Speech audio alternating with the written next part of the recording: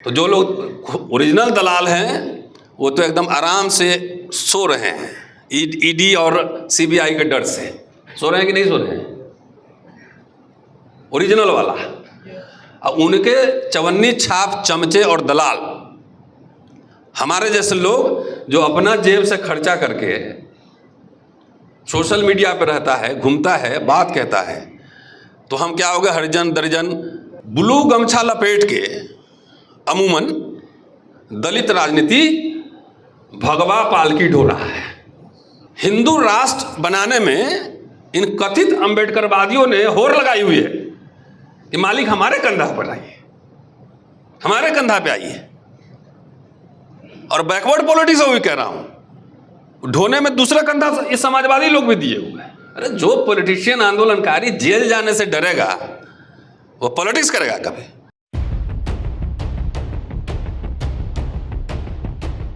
ये मेरा लेक्चर जो होगा वो कांशीराम जी को समर्पित है ही, और किसी भी तरीके से मैंने अमन साहब को एक बात और भी कही कि हमारे लोग समीक्षा में या भर्त्सना में अंतर नहीं समझते हैं। तो इसीलिए गालीबाजों को ना अब कोई किताब पढ़ता है ना लेख पढ़ता है। हम किसी भी तरीके से अगर किसी व्यक्ति के इतिहास में गांधी की भी समीक्षा होगी, कार्ल मार्क्स की भी समीक्षा होती है, तो भर्त्सना और समीक्षा में फर्क है। किसी भी तरह से हम किसी व्यक्ति के महान कंट्रीब्यूशन को कम नहीं करना चाहते हैं। Kanshiram ji, he was a great organiser, there is no doubt. Awareness का लेवल गांव गांव तक पहुंचा, नो डाउट। साइकिल से हजारों किलोमीटर रास्ता तय किया, नो डाउट। आजकल अनपढ़ नेताओं की फौज है, लेकिन वहां पे उन्होंने मैगजीन्स निकाले, नो डाउट, कोई इसको कंट्रीब्यूशन कम नहीं कर रहा है। लेकिन आज दलित राजनीति इतिहास के किस मोड़ पर है, अगर ये नहीं समझेंगे तो उसी तरीके से है कि कबूतर रेत में अपनी आंखें छुपा ले, आज सोचे कि बिल्ली हमें नहीं खाएगी। क्या खोया क्या पाया? क्या वाकई अंबेडकरवाद चल रहा है, या अंबेडकर के नाम पर अंबेडकरवादियों ने अंबेडकर को सर के बल खड़ा कर दिया है? मैं एकदम बात कहूँगा, एकदम जो खड़ा नेता की बात कर रहे थे ना कांशीराम जी, खड़े इंटेलेक्चुअल की भी बात करनी चाहिए थी, जो हमारे समाज में नितांत अभाव है। कि कांशीराम जी जो आंदोलन लेकर गए, क्या उस दिशा में गया? क्या लीडरशिप, उन्होंने जितने संगठन बनाए प्रॉपर अपना काम कर रहा है? बाबा साहब ने जो कहा था उसी रास्ते में आंदोलन जा रहा है कि रिवर्स गियर में जा रहा है? ये उन्होंने इस किताब में, मेरे पास मैं किताब लेकर आया हूं, इसी किताब में से पढ़ के मैं समीक्षा करूंगा। तो क्या कहते हैं हम लोग को, ये अनपढ़ कुपढ़ कथित अंबेडकरवादी। और मैं आपको निश्चित रूप से यहां एक बात कहना चाहता हूं, मैं इतिहास का छात्र हूं, प्राचीन भारत मेरा स्पेशलाइजेशन रहा है, मैं हिंदी साहित्य पर काम करता हूं, काशी प्रसाद जायसवाल पर मेरी पीएचडी है, उस पर किताबें मेरी प्रकाशित हैं, बाबा साहब पे 4 किताब लाने की योजना है। मैं अंबेडकरवाद का स्टूडेंट नहीं हूं, I am not a political scientist. तो मैंने पढ़ा कैसे अंबेडकर को, जरा सोचिए। कथित गालीबाज अंबेडकरवादियों ने मुझे फोर्स किया कि मैं अंबेडकर पढ़ूं। गालीबाज कह रहा हूं मैं, पढ़ा एक लाइन नहीं, हर बात में सर्टिफिकेट मारता है। सोशल मीडिया का जमाना है ना, 20 रुपया का नेट पैक बढ़वा लीजिए और हर बात पे अंबेडकरवादी नहीं है। तो अंबेडकरवाद क्या है, पहले इसका डिफिनेशन समझना होगा। Ambedkar was a great philosopher, statesman, scholar. Kanshiram ji was a leader, organizer. तो इन गालीबाज जो अंबेडकरवादी हैं, देखिए मैं तो बिहार का रहने वाला हूं, दिल्ली में रहता हूं, गाली का पूरा भाषा शास्त्र सब कुछ सबके पास रहता है। लेकिन हम लोग जब बाबा साहब को पढ़ा समझा, उसके पहले हम लोग विश्वविद्यालय में रहे तो कार्ल मार्क्स, समाजवाद, तमाम चीज़ थोड़ा थोड़ा पढ़ने का अवसर मिला। तो हमारी ट्रेनिंग तो इतिहास के उस धारा में हुई।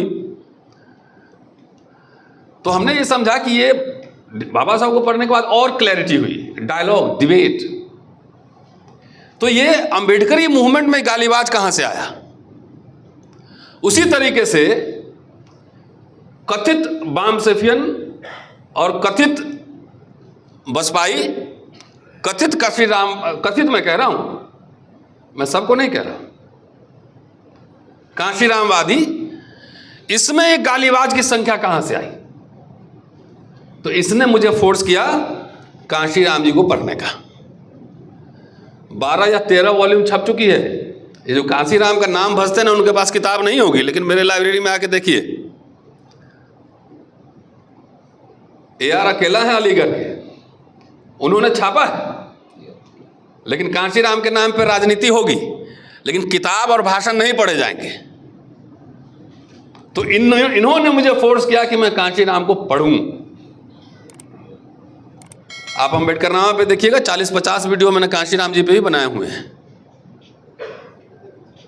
और ये उनकी सबसे मान्य कृति है। तो ये कथित फर्जी अम्बेडकरवादी और फर्जी काशीरामवादी, ये लोग इसी किताब को चमचा युग रेफर करते हैं। और क्या कहते हैं हमें, हमारे जैसे लोग जो सवाल उठाते हैं, क्या खोया क्या पाया, तो हमारे जैसे लोग हरिजन हो गए, दरिजन हो गए, दलाल हो गए, कांग्रेस के गुलाम हो गए। हम किसी पार्टी के मेंबर नहीं हैं, और इतना हम दलाली कर लिए कि ना 1 रुपया की ज़मीन मेरे पास है, ना कोई घर है।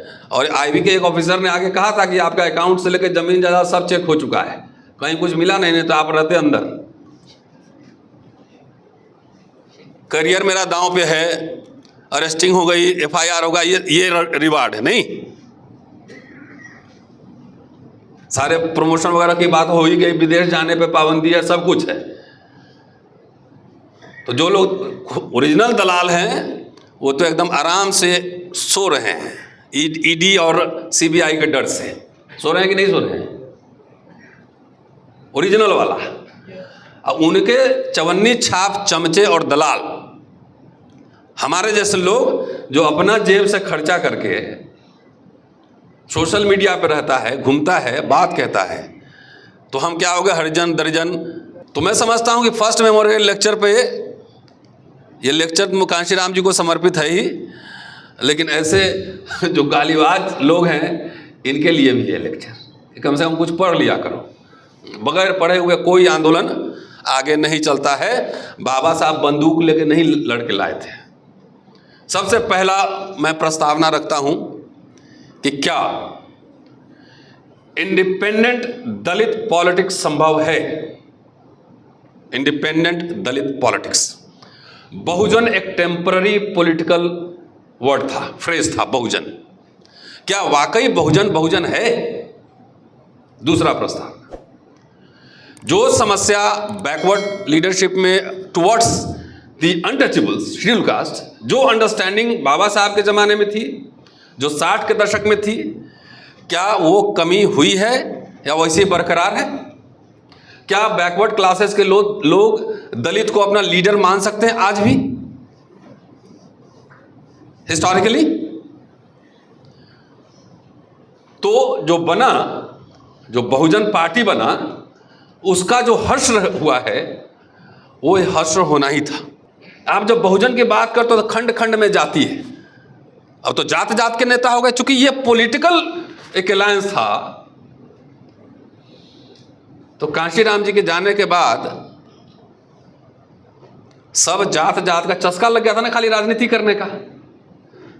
मैं काशीराम जी की इस बात से एकदम 100% सहमत हूं कि नॉन पॉलिटिकल रूट्स मजबूत होनी चाहिए। लेकिन मुझे लगता है कि नॉन पॉलिटिकल रूट्स मजबूत करने से पहले उन्होंने पार्टी बना दी, और जैसे प्री मैच्योर बेबी होता है ना, शायद वही हो गया, शायद वही हो गया। जिसकी कल्चरल रूट्स, बाबा साहब ने अपने अंतिम दिनों में क्या कहा कि अब मैं धम्म प्रचार में लगाऊंगा, मैं शिक्षा के काम में मैं लगूंगा। राजनीति पर उनका ध्यान बहुत कम था। अगर 1942 से शेड्यूल कास्ट फेडरेशन की स्थापना से लेकर आगे देखेंगे तो राजनीति पे कम फोकस कर रहे थे, पीपल्स एजुकेशन सोसाइटी पे ज्यादा फोकस कर रहे थे, बुद्धिस्ट सोसाइटी ऑफ इंडिया पे ज्यादा फोकस कर रहे थे, धर्मांतरण पे ज्यादा फोकस कर रहे थे। तो सब में राजनीति की भूख लग गई। भूख लग गई। तो अब किसी भी तरह से आरएसएस हो, बीजेपी हो, कुछ दे दो, इस चक्कर में बहुजन कहाँ गया? बहुजन इज ए मिथ नाउ। इस फैक्ट को हमें स्वीकारना होगा। आप देखिए 1980-82 के बाद, मैं तो उस समय बच्चा था, 10 साल का रहा हूँगा। आज क्या लग रहा है प्राइमा फेसी? ब्लू गमछा लपेट के अमूमन दलित राजनीति भगवा पालकी ढो रहा है। Am I right or wrong? Blue गमछा पहन के अंबेडकर का नाम लेके जय अंबेडकरवाद, जय बाबा साहब, जय काशीराम, और रथ किसका ठेल रहा है? भगवा रथ ठेल रहा है। ये है रियलिटी। अब बोलूंगा तो खराब लगेगा, हैं? हिंदू राष्ट्र बनाने में इन कथित अंबेडकरवादियों ने होड़ लगाई हुई है कि मालिक हमारे कंधा पर आइए, हमारे कंधा पे आइए। और बैकवर्ड पॉलिटिक्स भी कह रहा हूं, ढोने में दूसरा कंधा इस समाजवादी लोग भी दिए हुए हैं। हिस्ट्री उठा के देख लीजिए। जयप्रकाश नारायण ने सर्टिफिकेट दिया ना आरएसएस को, लेजिटिमाइज किया ना मिलके, तो वहां से समाजवादी लोग निकले तो अल्टीमेटली गए किधर? ज्यादातर लोग अभी सब आरएसएस बीजेपी का पालकी ढो रहे हैं। और आपके यहाँ अम्बेडकर वाले लोग, अठावले साहब हैं, वो तो 1 नंबर पे चल रहे हैं अभी। हमारे बिहार में एक है चिराग पासवान, वो तो हनुमान ही बन के गदा लेके घूम रहा है। और कुछ लोग जहां पे खुल के नहीं है तो अप्रत्यक्ष रूप से मदद कर रहा है, अप्रत्यक्ष रूप से। और सब लोग जानते हैं कौन है। अरे जो पॉलिटिशियन आंदोलनकारी जेल जाने से डरेगा वो पॉलिटिक्स करेगा कभी? हिंदू राष्ट्र की अवधारणा में दलित कहां रहेंगे? बैकवर्ड को थोड़ा कम बोल रहा हूं कि बैकवर्ड लोग के पास थोड़ा अपर कास्ट का फीलिंग भी है, जमीन भी है ना, संसाधन भी है, तो उनका काम तो चल जाएगा। ये दलित आप लोग जो बैठे हुए इसमें ज़्यादातर दलित होंगे। हिंदू राष्ट्र में आप कहाँ रहिएगा? जरा ये सोचिए। मेरी चिंता ये है, खाली डफली बजा के नाचने से कि हम सीएम पीएम बनेंगे नहीं होता है। आपके आने वाली पीढ़ियों का पूरा इंतजाम कर दिया है तबीयत से। ये सब सोच लिया था कि सरकारी स्कूल कॉलेज में पढ़ के ही चंदा देने वाला वर्ग तैयार हुआ है। आप सब जितने पढ़े, कोई इंग्लिश मीडियम में नहीं पढ़ा हुआ है, एक आध छोड़ के, सब हम लोग सरकारी स्कूल के ही पढ़े हुए हैं। फ्री में पढ़े थे कि नहीं? अब वजीफा मिला था कि नहीं? स्कूल में मिला था, मुझे भी मिला था। आज अपने बच्चों को सरकारी स्कूल में पढ़ाएंगे? नहीं पढ़ाएंगे। क्यों? ये कभी सोच में आया?